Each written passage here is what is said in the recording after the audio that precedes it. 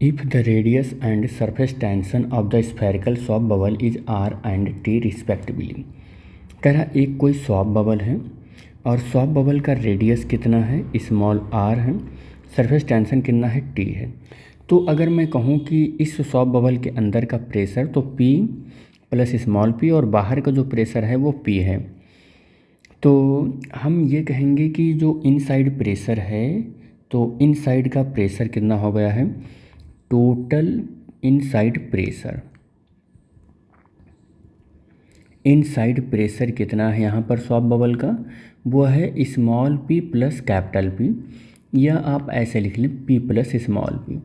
और ये जो है वो क्या है, एक्सेस प्रेशर है। क्या है ये इसका एक्सेस प्रेशर है। और एक्सेस प्रेशर जो होता है उसका फॉर्मूला होता है 40/r होता है। अगर इसकी रेडियस r ली है तो स्मॉल r लिया है मैंने, तो यहाँ पर इनसाइड जो प्रेशर आ रहा है, टोटल इनसाइड प्रेशर वो कितना आ जाएगा बेटे, वो आ जाएगा P प्लस 40/r, जहाँ पर T क्या है, सरफेस टेंशन है, ठीक है। और small r radius of shop bubble है, ठीक है। ये इतना हो जाएगा। कह रहा देन सो दैट, दिखाइए आप कि चार्ज रिक्वायर्ड टू डबल, जब हम इसको चार्ज कर देते हैं, इस सॉप बबल को जब चार्ज कर देते हैं, यहाँ पर ना बनाकर हम ये इस सॉप बबल के लिए दूसरी कंडीशन ही बना लेते हैं। कह रहा दिखाइए कि जब इस सॉप बबल को, ये यहाँ पर है ये सॉप बबल, तो जब इस सॉप बबल को चार्ज कर देते हैं, ये हमने चार्ज कर दिया, प्लस Q चार्ज मान लो दे देते हैं इसको। तो जब हम इस सॉप बबल को चार्ज कर देते हैं तो required to double its radius, तो अगर हम चार्ज कर देते हैं तो इसका रेडियस क्या हो जाता है, जस्ट डबल हो जाता है। रेडियस क्या हो जाता है, R1 इज इक्वल टू, अगर R कह दूँ तो R2 इज इक्वल टू क्या हो जाएगा, 2R हो जाएगा। इसका रेडियस क्या हो जाता है, जस्ट डबल कर देते हैं। बेटे एक बात बताना, अगर मैं इसको चार्ज कर दूंगा रेडियस जस्ट डबल हो जाएगा, तो रेडियस अगर जस्ट डबल हो गया तो वॉल्यूम इसका क्या हो जाएगा, वॉल्यूम कितना टाइम्स हो जाएगा। तो वॉल्यूम के लिए हम देखते हैं V is equal to 4/3πr³ होता है। आप ज़रा देख कर बताना कि 4/3π, और अगर मैं इसका रेडियस जस्ट डबल कर रहा हूँ तो कितना हो जाएगा, V इज इक्वल टू, इसको V2 बोल दे रहा हूँ, और V1 की वैल्यू अगर मैं यहाँ पर इसके लिए लिखूँ V1 की वैल्यू, तो 4/3πr³ हो जाएगा। तो 4/3π और ये कितना हो जाएगा, 8r³। V2 is equal to 4/3πr³ और इंटू 8, तो V2 इज इक्वल टू, देखो ये वैल्यू V1 की हो गई कि नहीं हो गई, ये वैल्यू V1 की हो गई, तो ये 8 और V1 हो जाएगा। मतलब हम ये देख रहे हैं कि वॉल्यूम 8 टाइम्स इंक्रीज हो गया है। क्या हो गया है कि its volume will increase to 8 times of the initial volume. किसका, इनिशियल वॉल्यूम का 8 टाइम्स इंक्रीज हो गया है। और अगर 8 टाइम्स ये वॉल्यूम इंक्रीज हुआ है, पहले V1 वॉल्यूम था, अब इसका V2 कितना हो गया है, V1 इक्वल टू V मान लो, तो 8 टाइम्स इंक्रीज हो गया है। तो वॉल्यूम तो तभी इंक्रीज हो सकता है जब अंदर का प्रेशर कुछ कम हुआ हो। तो अंदर का प्रेशर कितना डिक्रीज हुआ है वो देख लेते हैं ज़रा। और हम ये मानकर चलते हैं कि इस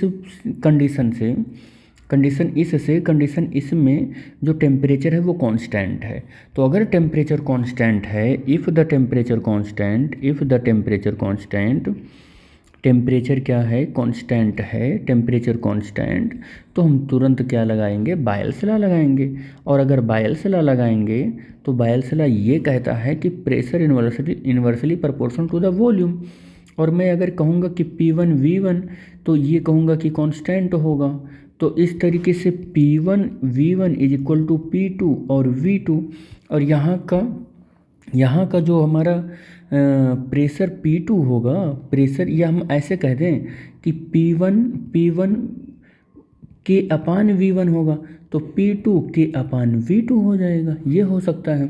यानी कि P2 इज इक्वल टू के अपान V2 की वैल्यू रखोगे तो 8V1। आप देखोगे प्रेशर क्या हो जाएगा, पहले के प्रेशर का क्या हो गया, हाँ पहले के गड़बड़ हो रहा है, यहाँ गड़बड़ हो रहा है। P1 अपान P2 करोगे और B2 अपान V1 हो जाएगा, और V2 की वैल्यू 8V है और V1 की वैल्यू V है, और P1 अपान P2, तो P2 अपान P1 करोगे तो कितना हो जाएगा, 1/8 आ जाएगा, और P2 is equal to P/8 आ जाएगा, ये यहाँ से हो जाएगा। ठीक है, आप यहाँ से भी सॉल्व कर सकते थे, कोई दिक्कत नहीं है, आप चाहे जहाँ से सॉल्व करोगे यही आंसर आएगा। तो आप क्या देखोगे कि प्रेशर क्या हुआ, डिक्रीज हुआ, पहले के प्रेशर का 8 टाइम्स डिक्रीज हुआ है। तो आप ये लिख सकते हो कि दिस डिक्रीज इन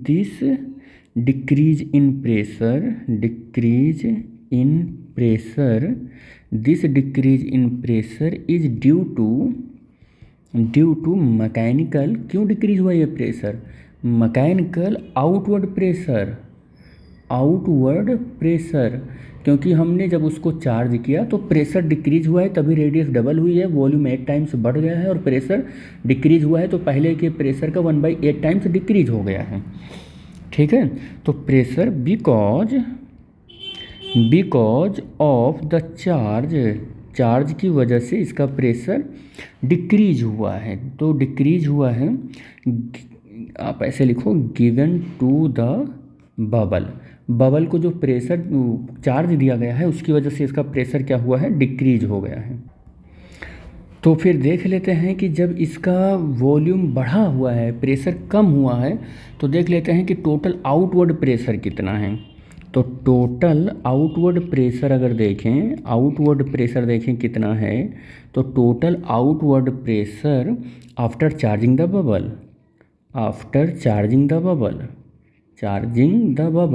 बबल को चार्ज किया है, तो देखें आउटवर्ड प्रेशर कितना है। तो पहले तो प्रेशर कितना है, तो P/8 ये हो गया प्रेशर, P/8 या P1/8 कर लेते हैं, या हम इसको P/8 ही रखते हैं तो ज़्यादा ठीक पड़ेगा। चलो इसको P1/8 ही रखो, और क्योंकि यहाँ पर हमने P1 की वैल्यू कैलकुलेट कर रखी है कहीं पर, ये है, ये P1 की वैल्यू ये कैलकुलेट कर रखी है, P1 की वैल्यू हम पुट कर देंगे, तो P1 की वैल्यू यहाँ पर कितना हो जाएगा, P1/8 हो जाएगा। और आउटवर्ड प्रेशर जो इलेक्ट्रोस्टैटिक्स प्रेशर है वो सिग्मा स्क्वायर रखो, बस सिग्मा स्क्वायर अपॉन 2ε0 है, यही तो है। और यहाँ पर क्या हो जाएगा, P1/8 हो जाएगा, और सिग्मा की जो वैल्यू होगी, देखो सिग्मा की जो वैल्यू होगी अगर कैलकुलेट करोगे तो sigma is equal to Q upon A होगा, Q अपान क्या होगा, A होगा, और Q अपान A की वैल्यू 4πr² स्क्वायर हो जाएगा, क्योंकि अब ये R2 हो गया है, तो Q अपान 4πr² की जगह पर 2r रखोगे, तो sigma is equal to Q upon 4π और इंटू कितना हो जाएगा 4r स्क्वायर, और Q अपान कितना हो जाएगा, ये हो जाएगा 16 और πr स्क्वायर हो जाएगा सिग्मा की जगह पर, ये सिग्मा की वैल्यू आ जाएगी। ठीक है, ये सिग्मा की वैल्यू आ जाएगी, तो सिग्मा की वैल्यू पुट कर दो आप। तो जब आप सिग्मा की वैल्यू पुट करोगे तो हो जाएगा Q अपान, देखो सिग्मा की जगह पर रख रहे हैं हम, Q अपान 16π और ε0 और इसकी वैल्यू होल स्क्वायर इंटू 1/2ε0, देखो यही तो वैल्यू आई थी। सो Q अपान 16πr स्क्वायर और 2 यही वैल्यू आएगी। ठीक है, तो यहाँ से हमको ये आउटवर्ड प्रेशर मिल रहा है। ठीक है, अब क्या करेंगे, देखो यहाँ पर कर क्या सकते हो, यहाँ पर क्या कर सकते हो ये हम देखते हैं। यहाँ पर देखो आप P1/8 कर सकते हो और प्लस Q स्क्वायर अपान 32 और पाई और ε0, यहाँ ε0 कहाँ से आया, ε0 16πr स्क्वायर है, 16πr स्क्वायर है, ये 16πr स्क्वायर है। तो यहाँ से कितना हो जाएगा 16 और 2 32 हो जाएगा, पाई हो जाएगा, ε0 हो जाएगा, r स्क्वायर हो जाएगा, यही तो हो जाएगा ये। और अब यहाँ पर 1/8 कॉमन कर लो, 1/8 कॉमन करोगे तो क्या मिलेगा, इसकी जगह पर तो P मिलने वाला है, P1 मिलने वाला है इसकी जगह पर, और प्लस इसकी जगह पर देखो हमने 8 कॉमन कर लिया है, तो क्यू स्क्वायर तो एज इट इज़ रहने वाला, 8 कॉमन किया है तो 4 पाई हो जाएगा, ये 4 पाई में हो जाएगा, और एप्सिलॉन नॉट हो जाएगा, आर स्क्वायर हो जाएगा। यहाँ से ये मिलने वाला है, यही मिलेगा हमको, ठीक है। और P1 की वैल्यू तो आपको पहले से ही मालूम है। P1 की वैल्यू देखो क्या मालूम है आपको, P1 की वैल्यू कैलकुलेट आपने किया है, ये P + 4t, यही तो कैलकुलेट किया है, ये वैल्यू रख दो आप, क्या मिल जाएगा यहाँ से, 1/8 = P + 4t/r, ये वैल्यू आपने पहले ही कैलकुलेट कर दिया है, ठीक है। और plus Q²/4 pi epsilon naught into r square. और ये क्या आ रहा है, ये टोटल आउटवर्ड प्रेशर आ रहा है after charging. Total outward pressure को मैं P डैश कह रहा हूँ, total outward pressure P dash = चला आ रहा है। और जब इसको मैं सॉल्व करूँगा तो ये कितना हो जाएगा, 1/8। अच्छा 1/8 को ऐसे लिख लो, P + 4t/r ऐसे लिख लो, और प्लस 1/8 का यहाँ मल्टीप्लाई करवा लेते हैं तो Q², और ये कितना हो जाएगा, ये हो जाएगा 832, ये 32 और पाई 32 कितना हो जाएगा 8 और 32 पाई एप्सिलॉन नॉट और आर स्क्वायर। देखो सही है, एक बार कैलकुलेशन चेक कर लो इसका।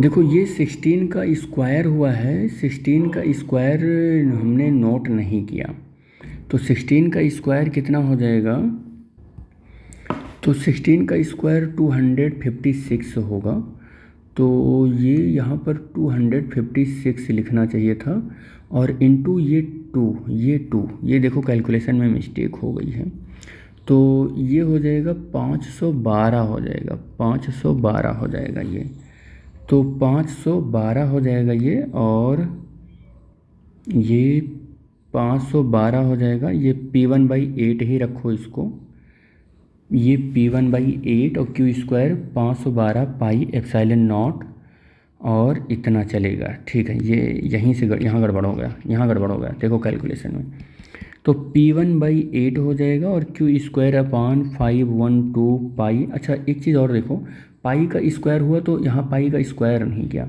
तो पाई का स्क्वायर हो जाएगा, पाई स्क्वायर हो जाएगा एप्सिलॉन नॉट और इंटू आर, और देखो आर का स्क्वायर है तो ये पावर 4 हो जाएगा। देखो यहाँ पर बहुत बड़ी मतलब ब्लंडर मिस्टेक हो गया है, 2 यहाँ पर 2 है, देखो 4 हो जाएगा, ये क्या हो जाएगा 4 हो जाएगा। तो P1/8 और प्लस Q²/512 पाई square epsilon naught into r⁴, और P1 की वैल्यू आप रखो, P1 की वैल्यू आपने P + 4t/r कैलकुलेट किया है, और 1/8 एज इट इज़ रहने वाला है, और Q²/512 pi square epsilon not r⁴। ये क्या है, टोटल आउटवर्ड प्रेशर है, टोटल आउटवर्ड प्रेशर है, ये आउटवर्ड प्रेशर है ये आफ्टर चार्जिंग।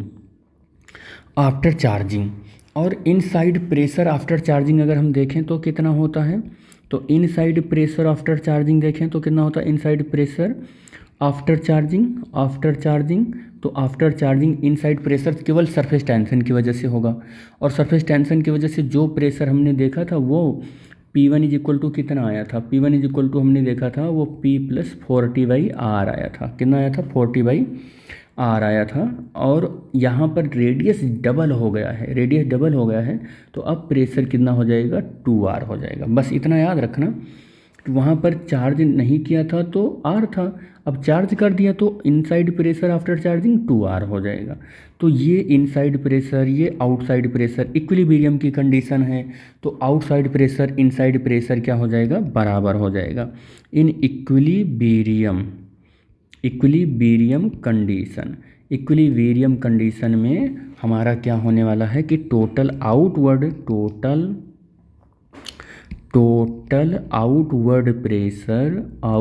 प्रेशर हमारा क्या हो जाएगा, टोटल इनवर्ड प्रेशर के बराबर हो जाएगा, तो आउटवर्ड प्रेशर हमारे पास 1/8 P + 4t/r है, ये r है, और प्लस Q²/512 पाई स्क्वायर एप्सिलॉन नॉट और ⁴ है, और टोटल इनवर्ड प्रेशर अपने पास P + 4t/2r है। ये है अपने पास चार्ज करने के बाद का इनवर्ड प्रेशर है, ये आउटवर्ड प्रेशर है। अब इसी को हम लोग करेक्ट करते हैं, तो करेक्ट करेंगे तो Q square upon 512 pi square epsilon naught और आर टू दी पावर 4 इसको एज इट इज़ रखो, और p प्लस 4t/2r और माइनस 1/8 और 1/8 ये बिग ब्रेकर लगा लो, और यहाँ पर p प्लस 4t/r ये हो जाएगा। तो अब हम इसको सही करते हैं, तो p प्लस 4t/2r और माइनस p/8 और माइनस यहाँ पर 4t/8 ये इस p में से माइनस होगा तो 7p/8 हो जाएगा, और प्लस 4t/2r माइनस 4t/8r, और इसको करेक्ट करोगे तो 7p/8 हो जाएगा, और प्लस यहाँ 2 से ऊपर नीचे मल्टीप्लाई करोगे तो 8t यहाँ 4 से मल्टीप्लाई करो, 4 से मल्टीप्लाई करो तो 4 तो 16t अपान कितना हो जाएगा 8r माइनस 4t/8r हो जाएगा, और फिर आप 7p/8 और प्लस 8r कॉमन कर लो, और आप देखोगे 12t हो जाएगा ये, और इसको आप क्या करोगे r से ऊपर नीचे यहाँ मल्टीप्लाई कर लो, r से यहाँ 7pr हो जाएगा और 8r हो जाएगा, कितना हो जाएगा ये 8r हो जाएगा, और प्लस 12t/8r हो जाएगा, और 8r एलसीएम ले लेंगे तो यहाँ पर 7p प्लस 12t हो जाएगा, ठीक है। और इसके इधर क्या चला आ रहा है, इधर चला आ रहा है q square upon 512 pi square epsilon naught r to the power 4 आ रहा है। अब हम यहाँ से q square is equal to देखेंगे तो 512 pi square epsilon naught r की पावर 4 और 7p प्लस 12t, और अपान में क्या हो जाएगा 8 इंटू r हो जाएगा। तो हम देखेंगे यहाँ से एक r कैंसिल होकर 3 बचेगा, और ये r कैंसिल हो जाएगा, और 8 से 512 को कैंसिल करेंगे तो यहाँ कितना हो जाएगा 8 6 इज 48, और 3 यहाँ पर होगा 32, 8 4 जा 32 आ जाएगा। अब ये q square is equal to 64 और पाई स्क्वायर और एप्सिलॉन नॉट और r की पावर 3 और 7pr प्लस 12t हो जाएगा, कितना हो जाएगा ये 12t हो जाएगा। और अब हम क्या करने वाले हैं, क्यू का इधर स्क्वायर हटाओ, इधर रूट चढ़ा देंगे, रूट चढ़ाएंगे तो यहाँ पर 64 पाई स्क्वायर एप्सिलॉन नॉट r की पावर 3 7pr प्लस 12t हो जाएगा। और अब रूट से बाहर क्या आएगा, ये 64 है तो 8 रूट से बाहर आएगा, पाई स्क्वायर है तो पाई आएगा बाहर, और देखो अब एक r यहाँ से कॉमन आ सकता है, एक r यहाँ से कॉमन आ सकता है, और अंडर रूट के अंदर बचने वाला है, देखो यहाँ पाई स्क्वायर 8 ये कॉमन ही हो गया, एप्सिलॉन नॉट बच रहा है और एक r बच रहा है, और 7pr प्लस 12t बच रहा है।